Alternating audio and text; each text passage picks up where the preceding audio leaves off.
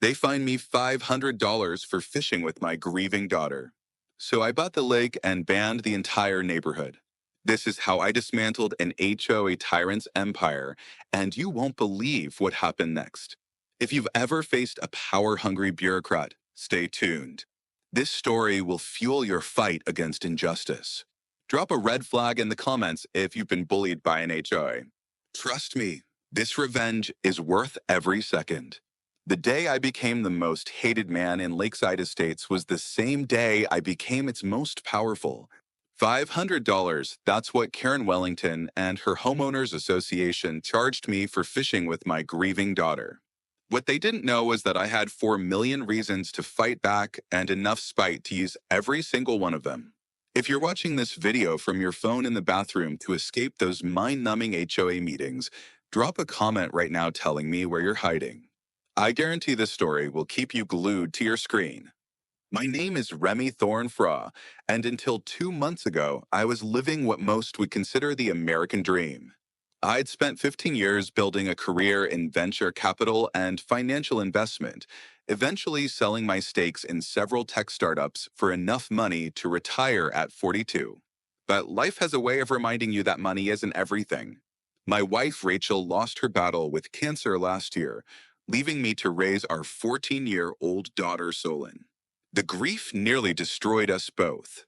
The lake was our last thread to Rachel, to the mom who taught Solon to cast a line, who laughed when her first catch flopped onto the dock. Now, it was just us. A 14-year-old who'd stopped talking to her friends. A dad who didn't know how to fix it.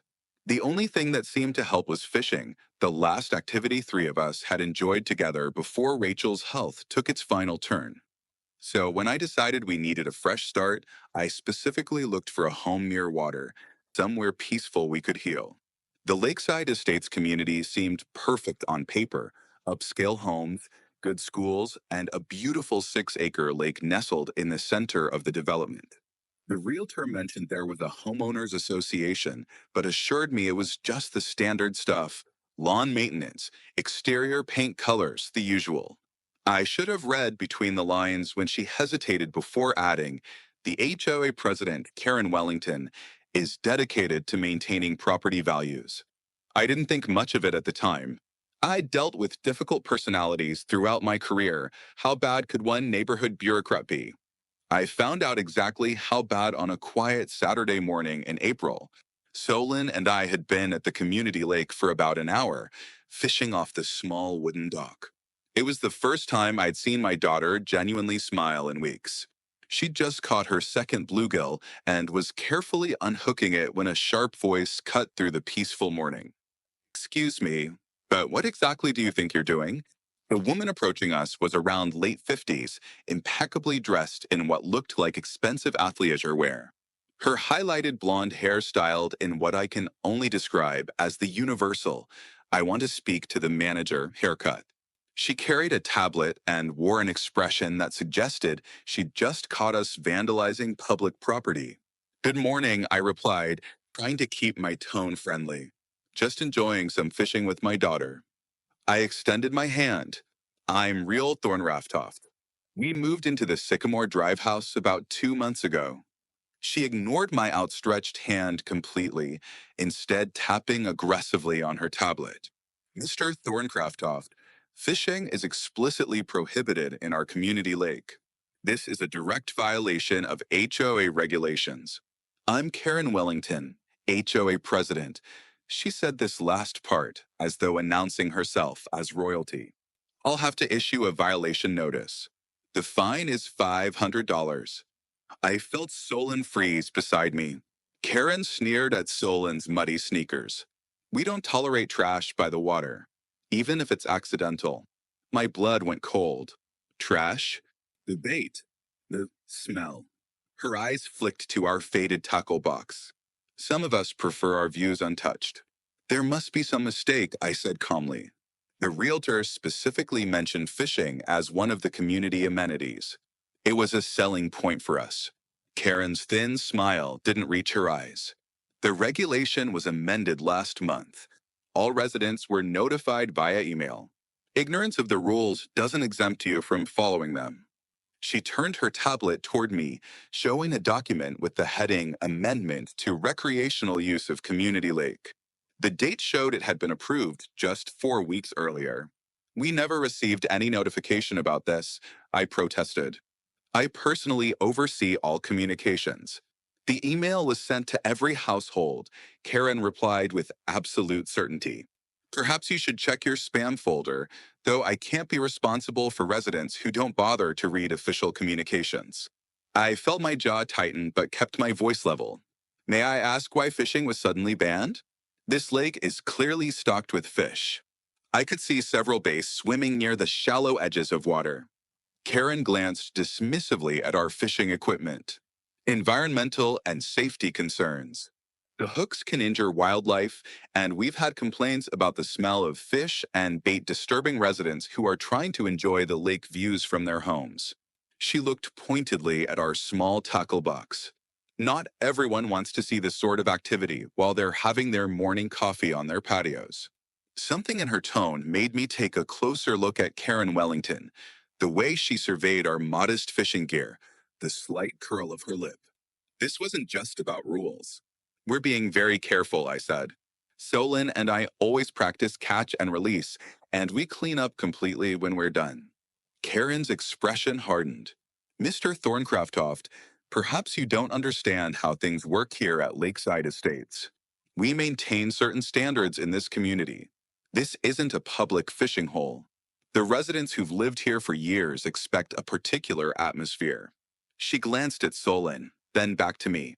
New residents sometimes struggle to adapt to our community culture, people who are more accustomed to, shall we say, different types of neighborhood. $500? I laughed coldly. Keep the receipt, Karen. You'll want proof of how this started. Her smirk faltered, just for a second. She had no idea what that receipt would cost her. The implication was crystal clear, and I felt a surge of anger rise in my chest. I was about to respond when I heard a small sniffle beside me. Solon had tears welling in her eyes. This was supposed to be our healing place, a spot where for just a little while she could forget that her mother was gone. And now this woman was ruining it with her thinly veiled condescension. We'll pack up, I said quietly, placing my arm around Solon's shoulders. Please email me the details of the fine and full updated regulations. Karen's smile returned, victorious. Excellent. I'm glad we understand each other. And do check your email more carefully in the future, Mr. Thorncraftoft. We wouldn't want any further misunderstandings. She turned and walked away, her designer sneakers hardly making a sound on the manicured grass. As we gathered our equipment, Solon wiped her eyes. Dad, why was that lady so mean? We weren't hurting anything. I didn't have a good answer for her, at least not one that was appropriate to share with a 14-year-old. Some people just like rules more than they like people, sweetheart, I said finally. Let's go home and have some lunch. Later that day, after checking my email, including spam folders, and finding no notification about the fishing ban, I started researching our HOA more thoroughly. What I discovered was illuminating. Karen Wellington had been HOA president for 8 consecutive years. Her day job? Owner of a small but exclusive real estate company specializing in luxury community properties. I also found several social media posts from Karen herself hosting waterfront parties at the very same lake where she'd just find me for fishing. Many of these events featuring alcohol and loud music, apparently exempt from the concerns about community atmosphere. Most revealing was a clause buried deep in the HOA documentation. The lake was actually listed as a common property amenity belonging to all residents. There was no legal distinction suggesting the HOA had absolute control over its use. As I looked out my window toward the lake that evening, I saw Karen and what appeared to be a group of friends gathered at a lakeside gazebo, wine glasses in hand, laughing. So they want to play the rules game, I murmured to myself. Fine. But first, I need to find out who actually owns this piece of water. The following morning, I ran into an older gentleman walking his dog past my house. He introduced himself as Merrick Henderson, a retired attorney who lived 3 doors down. When I mentioned my encounter with Karen Wellington, his friendly expression immediately darkened. Ah, you've met our neighborhood dictator, he said with a grimace. Let me guess, she quoted some obscure regulation and issued a fine. When I nodded, Merrick shook his head. Karen's been running this place like her personal fiefdom for years. Most people just pay the fines and keep their heads down. He glanced around and lowered his voice. If you're interested in some background information, why don't you come by for coffee sometime? I've got quite a collection of HOA horror stories. I took him up on his offer that same afternoon.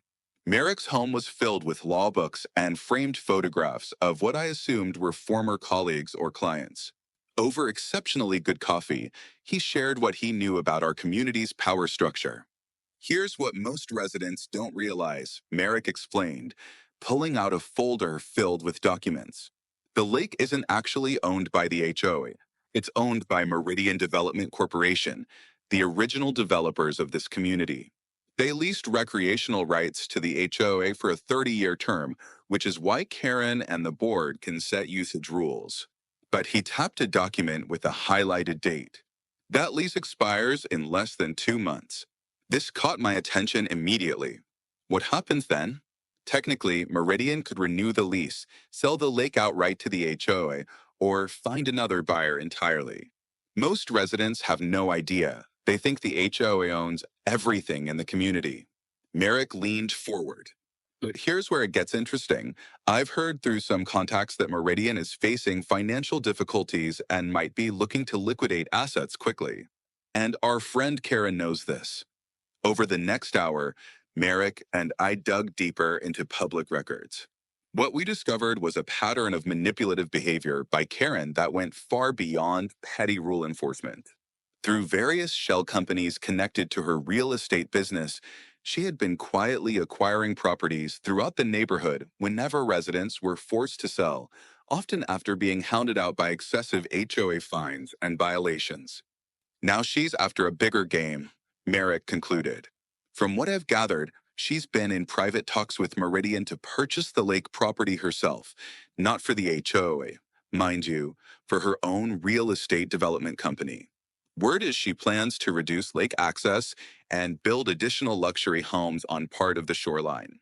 This explained the sudden fishing ban.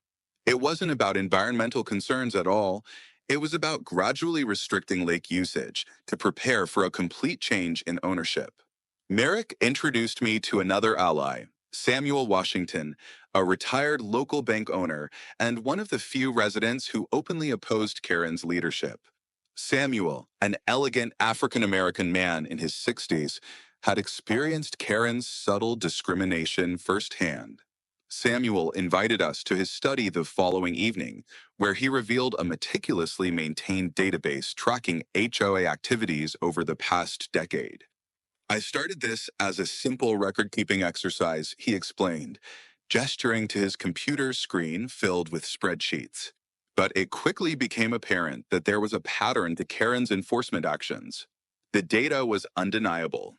Homeowners of color received violation notices at nearly 3 times the rate of their white neighbors. New residents were cited for infractions that long-standing homeowners routinely got away with. And most tellingly, properties that eventually sold at below market rates due to compliance issues frequently ended up in the hands of shell companies with connections to Wellington Properties, Karen's real estate operation. Karen is clever, Samuel explained, pulling up property records. She never purchases directly. Instead, she uses a network of LLCs, Lakeside Investments, Wellington Holdings, Sierra Vista Properties, all ultimately tracing back to her, but obscured enough to avoid an obvious connection. He showed me documentation of 6 different homes that had been purchased this way over the past 5 years, all following the same pattern: excessive HOA violations, declining property values, desperate sales, and eventual high-profit resales after cosmetic renovations. The lake is her endgame. Merrick nodded grimly. Meridian Development has been struggling since the recession. They overextended on commercial properties and have been quietly liquidating residential assets to cover debts. The lake was never meant to be permanent green space. The original development plan from 30 years ago actually included lakefront condominiums, but environmental regulations at the time prevented construction. Those regulations have since been relaxed, Samuel added. With the right connections at City Hall, which Karen certainly has, permits could be issued for limited development. A half dozen luxury lakefront homes could easily bring in 7 or 8 million in revenue. My professional interest was piqued. Tell me more about Meridian's financial situation, I said. As a former venture capitalist, I was well versed in recognizing distressed assets and opportunity. Over the next few days, Samuel connected me with former banking colleagues who provided discreet insights into Meridian's precarious position. The company had taken on substantial debt financing a commercial development that had fallen through when anchor tenants pulled out during the pandemic. Their credit lines were maxed, and they were quietly selling off land holdings to avoid bankruptcy. The lake property, valued at roughly $300,000, was one of their few remaining unencumbered assets. Meanwhile, Merrick had been quietly arranging small gatherings with other disgruntled residents. We met in rotating locations, sometimes at Samuel's home, sometimes at the local library's private rooms, once even in the back room of a sympathetic resident's bakery shop. The stories shared a disturbing pattern. She cited me for excessive holiday decorations the day after I spoke against her at the town council meeting. James Morris, a retired teacher, told our small group. I've had the same Christmas lights for 15 years, but suddenly they violated some obscure brightness ordinance. My foster children were banned from the community pool for being too loud, shared Maria Gonzalez, a healthcare worker whose 3 foster kids had been swimming when Karen's grandchildren wanted to use the pool. When I asked which rule they had broken, she said it was her executive decision as HOA president. Diana Winters, a young widow who had moved to the community just before me, described how Karen had personally led an inspection committee through her backyard, claiming to check for mosquito breeding grounds. 2 days later, I received violation notices for 5 different issues, all things that my neighbors have but weren't cited for. When I pointed this out, Karen suggested that perhaps this community isn't the right fit for someone in your situation. Each story revealed Karen's tactical approach: isolate potential opposition, apply selective pressure through HOA mechanisms, and either force compliance or drive people out. Those who stayed learned to keep their heads down. Those who fought back found themselves facing escalating harassment. Through these meetings, we identified potential allies throughout the community. Samuel created a secure messaging group where residents could share experiences and information without fear of retaliation. We were building what amounted to an underground resistance within our own neighborhood. I also began researching Karen's personal financial situation. As an investor, I knew how to read between the lines of property records and business filings. What I discovered surprised me. Despite her carefully cultivated image of success, Wellington Properties was highly leveraged. Karen had taken out multiple lines of credit against her existing properties, likely to maintain her lavish lifestyle and fund her attempts to acquire new properties. If the lake development plan fell through, she would be in serious financial trouble. She's not just doing this for profit, I explained to Merrick and Samuel during one of our strategy sessions. She's doing it out of necessity. Based on these financial records, she's overextended. The lake development isn't just an opportunity for her, it's financial survival. This information changed our calculus. We weren't just facing a neighborhood tyrant, we were dealing with someone fighting for their economic life. That made her more dangerous, but also more vulnerable. At Samuel's suggestion, I also reached out to Robert Chin, a real estate broker who had insider knowledge about the lake property and local market. We met at a coffee shop 20 miles away to ensure privacy. Karen's been trying to put together financing to purchase the lake property for about $300,000, Robert confirmed, keeping his voice low despite the distance from our community. Meridian Development is in financial freefall and needs to close quickly. They've given her a 60-day exclusive negotiation period, but they're so desperate that they might accept a better offer if it came with immediate payment. Robert also revealed something even more interesting. Karen's real estate empire is mostly smoke and mirrors at this point, he explained. Wellington Properties looks impressive on paper, but she's leveraged to the hilt. She's been using her HOA connections and social network to maintain the appearance of success, but the truth is she's about 3 bad months away from serious trouble. That's why she's so aggressive about this lake deal. She needs a big win to keep her creditors at bay. With this information, I began formulating a plan. As a venture capitalist, I had specialized in identifying distressed but potentially valuable assets, exactly what this lake property represented. I had the capital to make an immediate all-cash offer that would be extremely attractive to a cash-strapped developer like Meridian. The question was timing, when to make my move for maximum effectiveness. We need to wait until Karen has fully committed herself publicly to this project, Samuel advised. Let her announce the special assessment for lake improvements. Let her put her reputation on the line with the community and with her creditors. Then we pulled a rug out from under her. Merrick agreed. The more resources and political capital she expends before we make our move, the more devastating the impact will be when we succeed, and the more likely the community will turn against her when they realize they've been manipulated. As our coalition grew and our plans developed, we maintained absolute secrecy about our ultimate strategy. To the outside world, and especially to Karen's network of informants within the community, we appeared to be simply a group of disgruntled residents documenting HOA overreach. Karen clearly knew we were meeting, as evidenced by the sudden increase in random rule enforcement against those associated with our group, but she couldn't know our true objective. With the information gathered from our various sources, we were ready to move to the next phase of our plan. Robert arranged a discreet meeting with Tom Branson, the Meridian executive handling the lake property sale. As I prepared for this crucial conversation, I knew we were approaching the point of no return in our battle against Karen Wellington. The stakes were high, not just for me and Solon, but for the entire community. It was time to see if our careful preparation would pay off.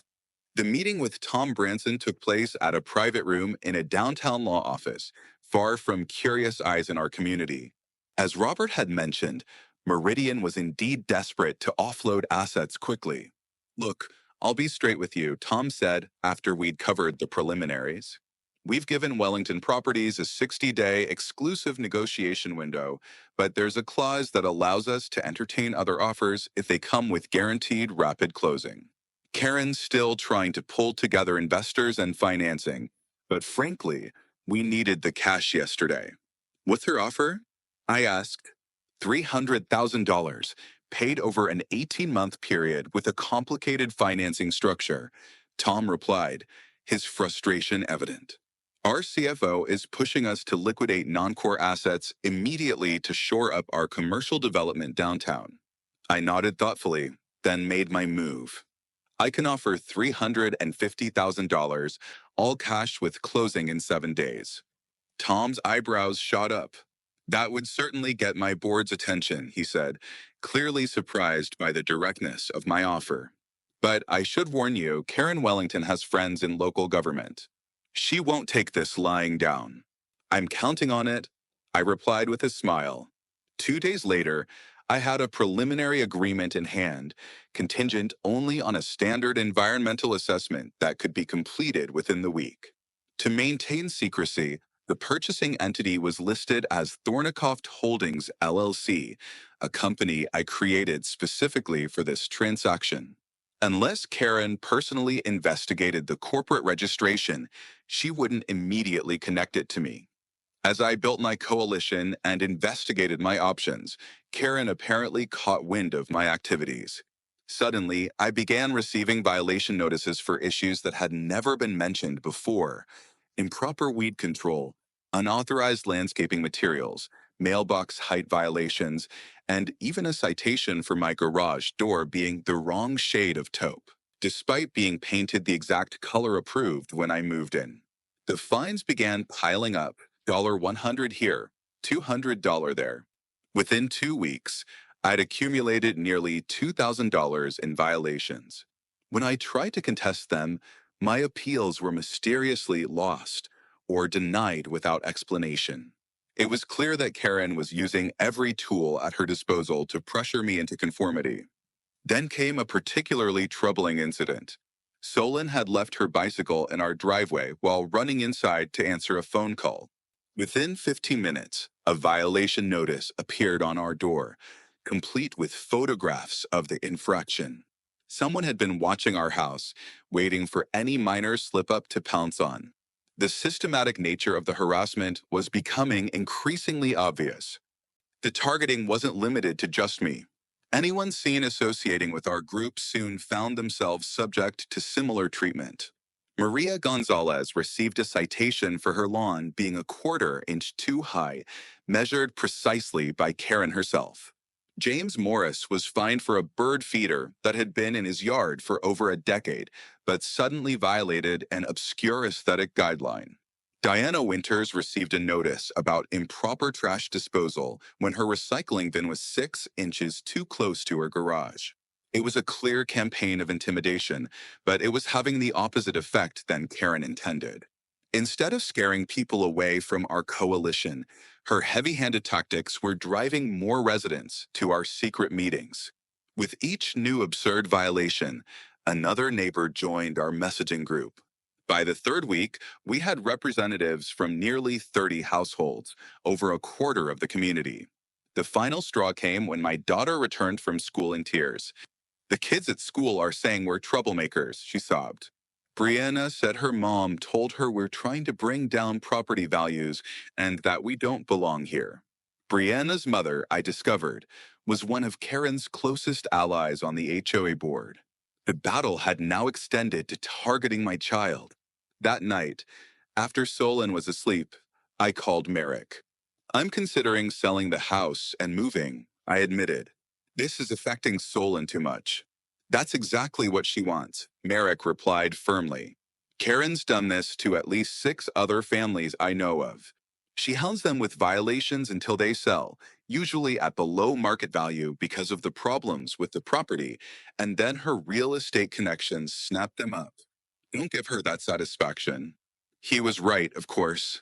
Walking away would be letting Karen win, and worse, it would be teaching Solon the wrong lesson about standing up to bullies.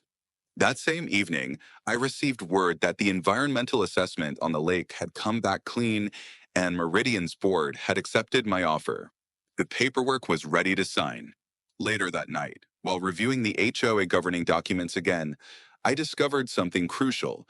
Karen's proposed special assessment to improve lake amenities, which everyone understood was her way of raising funds to purchase the lake, required 75% homeowner approval, not the simple majority she had claimed at the meeting. She was attempting to bypass the HOA's own rules, confident that no one would challenge her. That was the moment everything crystallized for me. "They've brought this fight to my daughter," I said to myself as I closed my laptop. "Time to show them what happens when you anger someone who spent their career learning how to break down and rebuild systems." The next morning, I withdrew $350,000 from my investment accounts, approximately 15% more than Karen's offer for the lake property. I called Samuel Washington, who not only encouraged my plan, but offered to loan me another $50,000 to ensure we had enough leverage. Within 48 hours, I had signed all the paperwork with Meridian Development. The lake, all 6 acres of it, including the surrounding 10-foot shoreline perimeter, now belonged to me. Not the HOA, and certainly not Karen Wellington. What made the transaction particularly sweet was the timing. The day after I closed the deal, Karen had scheduled a special HOA meeting to announce her vision for the future of our lake. She had even hired a local architecture firm to create renderings of proposed improvements, which, based on the preview I'd seen on the community bulletin board, included reducing the actual water area by about 20% to make room for a members-only lakeside lounge that would have conveniently eliminated the main fishing spots. I kept this information absolutely confidential, sharing it only with Merrick and Samuel. Meanwhile, Karen was becoming increasingly aggressive, holding an emergency HOA meeting to announce a special assessment for critical community improvements, $50 per month additional fees from each household, supposedly for lake maintenance, but actually to build her war chest for the purchase. At the meeting, Karen stood at the podium with a PowerPoint presentation titled Elevating Lakeside Estates, a Premier Vision.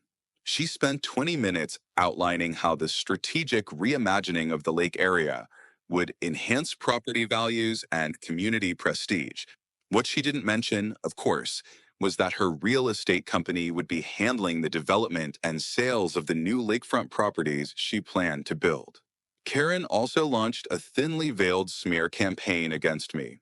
Without naming me directly, she spoke about certain new elements in our community who don't understand our values and financially unstable individuals trying to undermine property values. Samuel bravely stood up to defend me, only to have Karen publicly humiliate him by bringing up a long resolved tax issue from his past. I find it interesting. Karen said with mock sweetness that Mr. Washington feels qualified to lecture us about community standards when he himself had to negotiate with the IRS over unpaid taxes just a few years ago. Perhaps we should focus on getting our own houses in order before criticizing others. It was a low blow. Samuel had indeed faced an audit, but it was due to a clerical error that had been fully resolved. The way Karen framed it, however, made it sound like he was a tax cheat. The meeting devolved further when Safra Duskland tentatively suggested that perhaps a community vote should be taken before changing lake regulations so drastically. Karen fixed her with an icy stare. Safra, I believe the flower shop lease renewal is coming up soon, isn't it? Would be a shame if there were any complications with that. The threat was barely concealed, and Safra immediately backed down. As I watched this public display of intimidation, I felt a strange sense of calm. Karen had no idea that her grand plans had already been derailed, that the lake she was presenting as the centerpiece of her vision no longer belonged to Meridian and would never belong to her. The satisfaction of knowing what was coming almost made up for the months of harassment. Meanwhile, Karen had used her connection with Mayor James Wilson to create administrative pressure on me. Suddenly, my home was subject to random safety inspections, and questions were raised about building permits for renovations the previous owner had completed years ago. The mayor himself didn't dirty his hands directly, but the building inspector, a cousin of Karen's by marriage, was suddenly very interested in the structural integrity of my deck. The pressure was working. When Solon came home crying for the third time in 2 weeks because classmates were excluding her based on rumors about our family, I nearly gave in. But then I received the phone call I'd been waiting for. Meridian's lawyer confirmed that Karen had just been informed that the lake property had been sold to an anonymous third-party investor and that all negotiations with her were terminated. Within hours, Karen was on my doorstep, her carefully maintained composure visibly cracking. What did you do? She demanded, not bothering with pleasantries. I know you've been talking to Meridian. Did you sabotage my deal? I smiled pleasantly. I have no idea what you're talking about, Karen. Though I did hear the lake property was sold. I hope the HOA has a good relationship with the new owner. Her eyes narrowed. This isn't over. The HOA has a binding recreational use agreement. Whoever bought that lake can't change access without our approval. I think you should check the terms of that agreement, I replied calmly. From what I understand, it expires in less than 30 days, and renewal is at the sole discretion of the property owner. Karen's face paled slightly, but she recovered quickly. The community won't stand for this. We'll sue for right of access. Good luck with that, I replied, still smiling as I closed the door. The next 24 hours were fascinating to observe. Karen called an emergency HOA board meeting, closed to the general community. Through our network, we learned she was frantically trying to identify the new owner and develop strategies to maintain control of the lake. She even enlisted Mayor Wilson to look into possible zoning restrictions or eminent domain claims, all of which Merrick assured me were legally baseless given the property's history and designation. Over the next week, Karen grew increasingly desperate. She convened an emergency legal committee meeting, claiming the HO would fight to maintain their rights to the lake. The mayor began making noise about zoning regulations and public access requirements, though, as Merrick confirmed, none of these had any legal standing given the property's private status. Meanwhile, I quietly met with a water quality expert and a local conservation organization to assess the lake's ecological health. What they found was concerning: years of unregulated landscaping chemicals from surrounding properties had created abnormal algae growth, and the fish population was showing signs of stress. The HOA had been completely neglecting the actual environmental health of the lake while using environmental concerns as an excuse to restrict activities like fishing. I also consulted with a security expert about installing cameras and creating a proper management plan for the property. Everything was being prepared for the moment when I would reveal myself as the new owner. The turning point came when Karen decided to make a bold statement. She organized a massive lakeside party for all original homeowners, conspicuously excluding the newer residents, to assert our community rights to our lake. The event was scheduled for Saturday afternoon, complete with catered food, music, and prominently displayed wine bars at each end of the lake. What Karen didn't know was that I had already filed the necessary paperwork to terminate the recreational use agreement early, citing multiple violations of the maintenance terms. My attorney had confirmed that the HOA's neglect of water quality standards provided ample grounds for immediate termination. The agreement would have expired in less than a month anyway. I decided this was the perfect moment for the big reveal. As Karen's party reached full swing, with about 60 residents drinking and socializing around the lake, I arrived with Merrick, Samuel, and two unexpected guests: my real estate attorney and a local police officer I'd briefed on the situation. Walking calmly into the center of the gathering, I picked up the microphone Karen had been using for announcements. "Good afternoon, everyone. I hope you're enjoying this beautiful day at the lake." Karen immediately rushed over, attempting to take the microphone. "This is a private community event. You weren't invited." I held on to the microphone firmly. "Actually, Karen, I think there's been some confusion about who should be inviting whom." "You're trespassing," I said, loud enough for the wine-sipping crowd to freeze. Karen's champagne flute slipped from her hand. This, this is a joke. The deed isn't." I held it up as neighbors murmured. One man snorted, "Karma's a bitch, Karen." The crowd erupted. For the first time, the Queen of Lakeside Estates had no words. I nodded to my attorney, who handed me a document. "As the legal owner of this lake and all surrounding property within 10 feet of the shoreline, I'm informing you that you are all currently trespassing on private property." The crowd fell silent. Karen's face flushed deep red.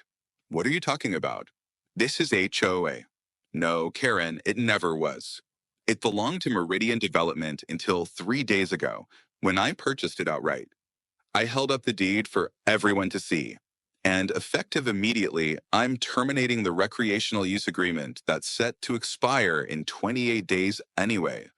I gestured to the police officer. "I've asked Officer Reynolds here to help ensure an orderly departure from my property. You have 15 minutes to gather your belongings and leave the premises." Karen's face was a study in shock, like someone had just thrown a bucket of ice water over her. "You can't do this. The community has rights." "Actually, I can and I have," I replied calmly. "And Officer Reynolds has a trespassing complaint ready to file if necessary. But I'm sure it won't come to that. After all, Karen, you've always been such a stickler for following the rules." As the crowd began murmuring in confusion, I continued. "For those wondering, this is what happens when you allow someone to abuse power unchecked for years. Consider this a lesson in consequences." The party dispersed quickly, with many guests shooting accusing looks at Karen as they left. Several people approached me privately, expressing a mix of shock and, surprisingly, respect. About time someone stood up to her, one longtime resident whispered as he passed. This has been a long time coming. Within the week, I had private property, no trespassing, signs installed around the lake perimeter, and hired security to patrol the area 24 hours a day. I also organized a small press conference with the local newspaper to announce my plans to convert the lake into a natural fish conservation area and educational space for children to learn about the local ecosystem. The lake has been environmentally neglected for years, I explained to the reporters. Our water quality tests show concerning levels of phosphates and nitrates from lawn chemicals. My team of environmental experts will be implementing a restoration plan to return this beautiful resource to a healthy state. The community reaction was mixed, but increasingly favorable as details of Karen's planned development leaked out. Many residents who had initially been upset about losing lake access became supportive when they learned about her intention to build private homes on part of the shoreline. The revelation that she had been planning to profit personally from community property shifted public opinion dramatically. Karen was livid. She attempted to sue me for destruction of community value, but her case was dismissed almost immediately when my attorney presented the clear property deed and expired access agreement. She then tried to rally the HOA to implement punitive measures against me, additional fines, restrictions, even attempting to force a lien on my property. But many residents were beginning to question whose interests she really represented. The tide truly turned when Safra Duskund finally found the courage to speak up at an HOA meeting. I've been on this board for 3 years, she said, her voice shaking at first, but growing stronger. And I've watched Karen manipulate regulations, target specific homeowners, and divert HOA funds to pet projects that primarily benefit her friends' properties. Last year, we spent $80,000 to renovate the Northside Park that only serves about 10 homes, all owned by Karen's friends, while rejecting basic playground equipment for the main park used by dozens of families. Safira's stand inspired others. At the next HOA meeting, several longtime residents spoke up about various abuses they had witnessed, but been afraid to mention. The floodgates had opened, and years of pent-up frustration with Karen's leadership poured out. A motion was proposed to audit all HOA finances for the past 5 years. More board members began to question Karen's leadership. As financial records were scrutinized and irregularities emerged, the community was fracturing, but not along the lines Karen had expected. Instead of uniting against me, many residents were beginning to see the HOA leadership as the real problem. As more residents began to question Karen's leadership, I announced a special program, free fishing passes for all children in the community. There was just one exception. Children of current HOA leadership would not be eligible until their parents resigned from the board. It was petty, perhaps, but effective. The most satisfying moment came when several residents who had previously sneered at me alongside Karen started showing up at my door, asking if their children could possibly be granted fishing passes. Some even began openly criticizing Karen, the same people who had been her staunch supporters weeks earlier. The social dynamics had completely reversed.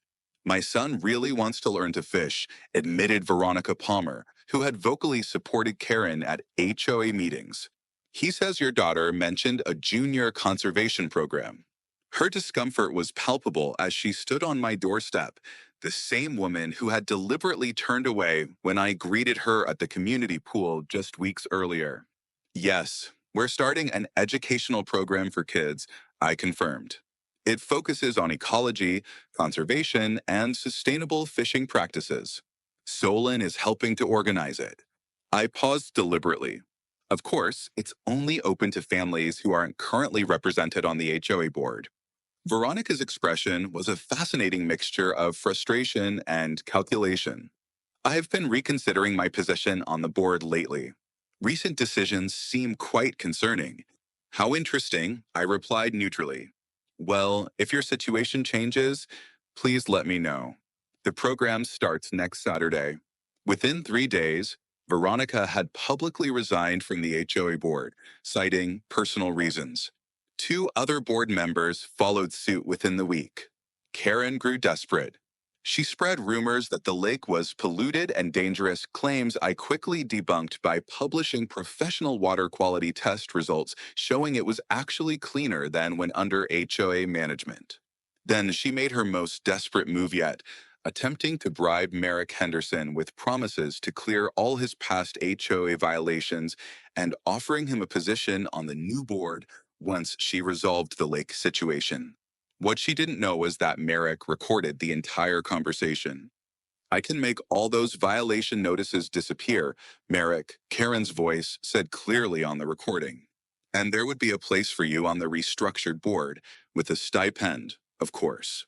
All you need to do is help convince Thorncraft to sell the lake to the HRA. Tell him about the environmental liabilities, the insurance costs. Scare him a little. Merrick played the recording for me with a satisfied smile. I think our friend Karen has forgotten the first rule of being a villain. Never try to corrupt a retired ethics attorney. The final act of Karen's reign came late one night when my security cameras captured her and two other HOA board members trespassing on my property, apparently attempting to collect water samples or, more likely, contaminate the water to support her. Pollution claims. The footage clearly showed Karen pouring something from a small bottle into the lake near where children often fished. I immediately sent the video to police. Karen was charged with criminal trespassing and attempted environmental contamination. As she was being processed at the local police station, investigators began looking more closely at HOA finances during her tenure. What they found led to additional investigations into misappropriation of funds, selective enforcement of regulations based on personal relationships, and evidence that she had been using her position to drive down certain property values before her real estate connections purchased them. 2 weeks later, I invited all community residents, except the current HOA leadership, to a meeting at my home to discuss the future of the lake. The turnout was extraordinary, with nearly every household represented. I laid out my proposal. I would transfer ownership of the lake to a newly established community trust with three conditions. First, the HOA leadership would need to be completely restructured with term limits and transparent voting procedures. Second, all HOA regulations would be reviewed and amended to ensure fair and equal application. Third, an independent ethics committee with rotating community membership would be established to oversee HOA decisions. Then I revealed my final move, one that even Merrick and Samuel hadn't known about. Many of you may not be aware, I explained to the stunned gathering, but during the past month, I've also been quietly purchasing the mortgage notes on several properties in this community from Lakeside National Bank. I paused to let this sink in, including Karen Wellington's home. The room erupted in shocked murmurs. Using my financial connections and Samuel's banking relationships, I had indeed purchased the debt obligations on nearly 20% of the community's homes, focusing particularly on properties owned by Karen and her closest allies. It was perfectly legal, if unconventional, and gave me significant leverage. I have no intention of foreclosing on anyone or calling in these debts, I assured the concerned faces before me. In fact, I'm prepared to offer refinancing at below market rates to every homeowner. But first, we need to fix the broken system that's been dividing this community for years. The vote to replace HOA leadership was nearly unanimous. Karen Wellington was forced to resign in disgrace, facing not only the criminal charges for trespassing and attempted contamination, but also multiple civil lawsuits from homeowners who had been unfairly targeted by her policies. Her real estate company came under investigation for unethical practices, and within months, she had put her house on the market, finding no takers due to her now toxic reputation. Safra Dusklan was elected as the new HOA president, promising comprehensive reforms and transparency. The lake was officially renamed Rachel's Lake in honor of my late wife, and I transferred ownership to the newly established community trust, with legally binding conditions ensuring it would remain accessible to all residents in perpetuity. 3 months after the whole ordeal began, Solon and I hosted a community fishing day at Rachel's Lake. Nearly every family in the neighborhood attended, children laughing and learning to fish together, parents chatting amicably across social circles that had previously been rigidly separated by Karen's influence. As Solon and I sat on the dock that evening after everyone had gone home, watching the sunset reflect on the water, she smiled, a real, full smile that reached her eyes. Mom would be really proud of you, Dad, she said softly, leaning against my shoulder. Looking out over the peaceful lake where families had gathered in harmony for the first time in years, I thought about how justice sometimes comes not from winning, but from rebuilding what was broken. I think she'd be proud of both of us, kiddo, I replied. 1 year later, our community had become a model for HOA reform, with several neighboring developments adopting our governance structure and ethics guidelines. Karen Wellington had moved away after losing most of her assets in the lawsuits. I was approached about running for mayor after James Wilson decided not to seek re-election following revelations about his relationship with Karen, but I declined. Instead, I established a scholarship fund in Rachel's name for children who had lost a parent to cancer. They fined me $500 for fishing with my daughter. So I bought the lake and freed a neighborhood. If you're fighting your own Karen, remember, even tyrants drown. Sometimes the best way to defeat a bully isn't to become a bigger bully, it's to change the rules of the game entirely. And if you're watching this video while dealing with your own HOA nightmare, remember, never underestimate the power of someone who understands the rules and has the patience to wait for the perfect moment to use them.